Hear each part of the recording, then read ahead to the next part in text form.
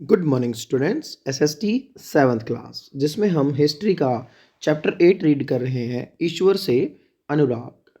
Last जो हमने इस चैप्टर में टॉपिक किया था वो हमने नैनार और अलवार मतलब कि जो हमारा दक्षिण भारत था उसमें भक्ति का एक नया प्रकार था उसके बारे में पढ़ा। नैनार के बारे में हमने पढ़ा कि जो शिव भगत थे वो नैनार कहलाते थे और जो विष्णु के भगत थे वो वैष्णव वो नैनार कहलाते थे।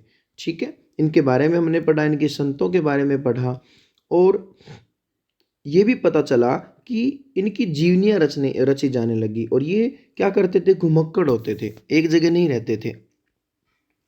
दर्शन और भक्ति के बारे में पढ़ा कि किस तरह से नए नए विचार सामने आ रहे थे।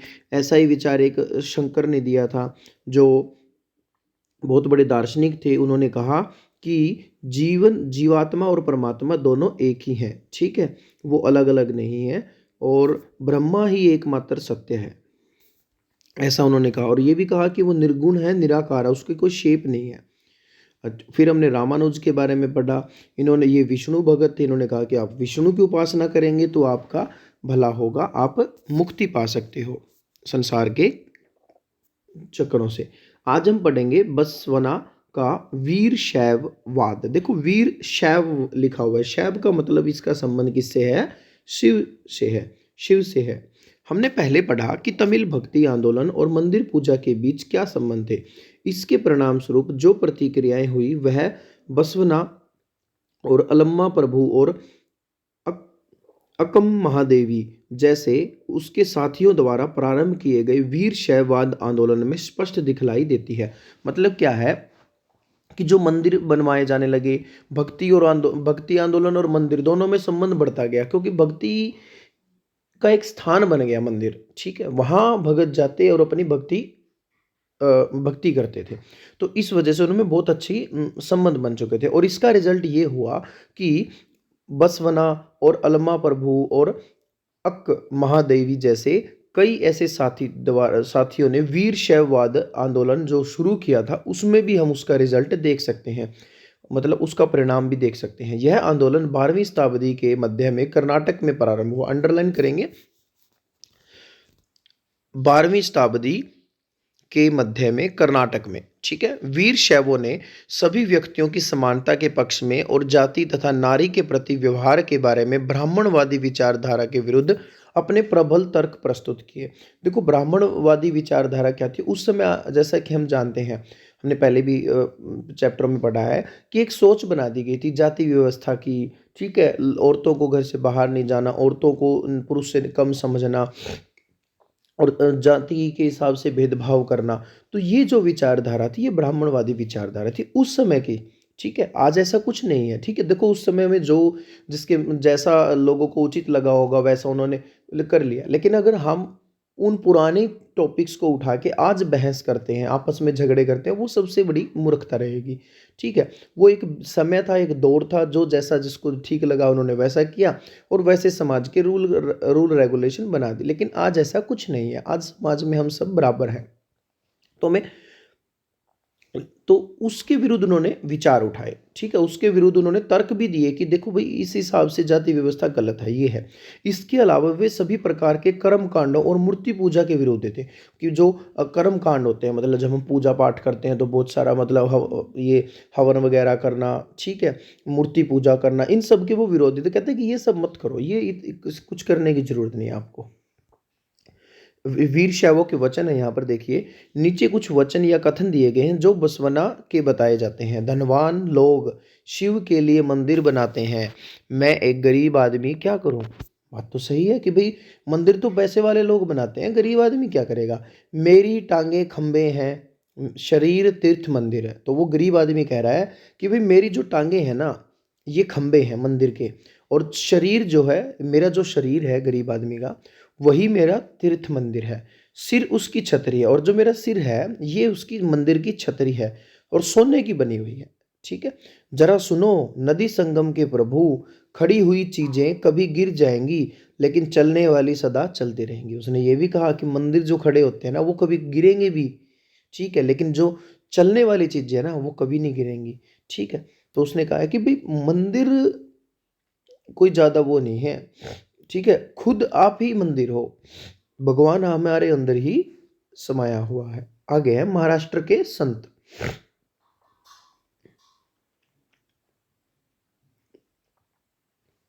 13वीं से 17वीं शताब्दी तक महाराष्ट्र में अनेकानेक संत कवि हुए, जिनके सरल मराठी भाषा में लिखे गए गीत आज भी जन मन को प्रेरित करते हैं। मतलब आज भी वो गीत लोगों के बीच में गाए जाते हैं। उन संतों में सबसे महत्वपूर्ण थे ज्ञानेश्वर, नामदेव, एकनाथ और तुकाराम तथा सखुबाई जैसे स्त्रियां तथा चोखा मेला का परिवार, जो अस्पृश्य समझी जाने वाले महार जाति का था।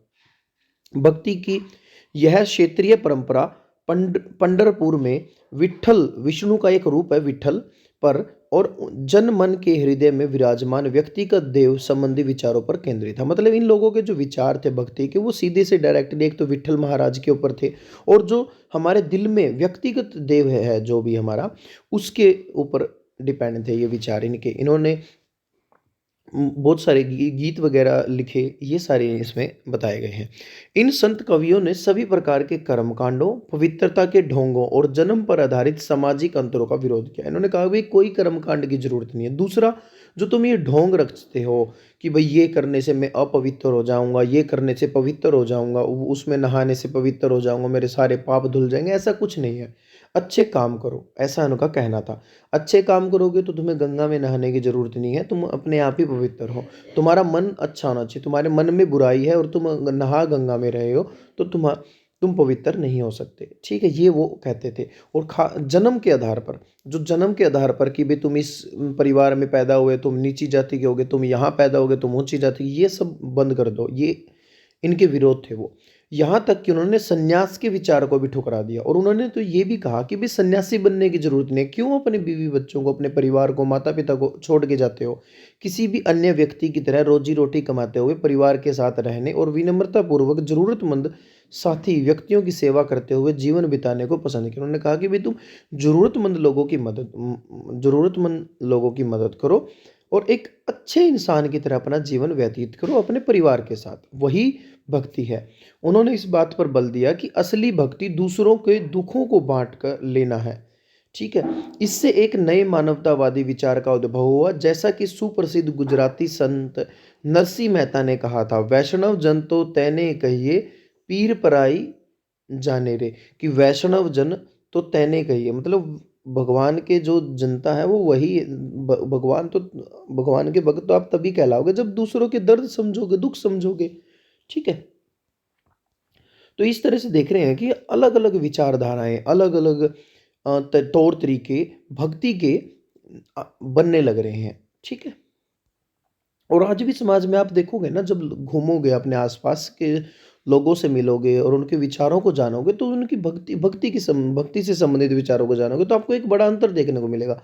आज भी बहुत सारे लोग कहते हैं कि मूर्ति पूजा अच्छी है, कर्म कांड अच्छे हैं, और बहुत सारे लोग ये कहते हैं कि नहीं भाई कर्म कांड नहीं करने चाहिए, मूर्ति पूजा नहीं करनी चाहिए। ठीक है, संन्यास नहीं लेना चाहिए। कई संन्यास के पक्ष में है, तो कई लोग ये भी कहेंगे कि भाई भगवान है ही नहीं।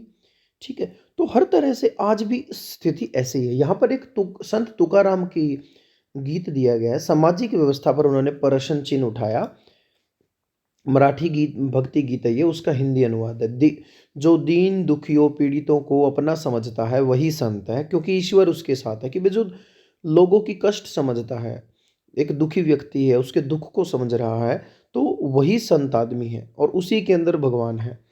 वह हर एक परित्यक्त व्यक्ति को अपने दिल से लगाए रखता है। वह हर एक परित्यक्त व्यक्ति को, मतलब वो जिसके अंदर संत है ना, जो दूसरों के दुख दर्द समझता है, वो हर व्यक्ति को अपने साथ जोड़कर चलता है, अपने अपना समझता है। वह एक दास के साथ भी अपने पुत्र जैसा व्यवहार करता है। तुकाराम का कहना है, मैं यह कहते कहते कभी न थकूंगा, ऐसा व्यक्ति स्वयं ईश्वर है। आगे फिर चोखा मैला के पुत्र द्वारा रचित एक अभंग दिया जा रहा है। तुमने हमें नीची जाति का बनाया, महाप्रभु तुम स्वयं यह स्थिति स्वीकार करके तो देखो। वो भगवान के लिए कह रहा है कि भाई भगवान तूने हमें नीची जाति का बनाया।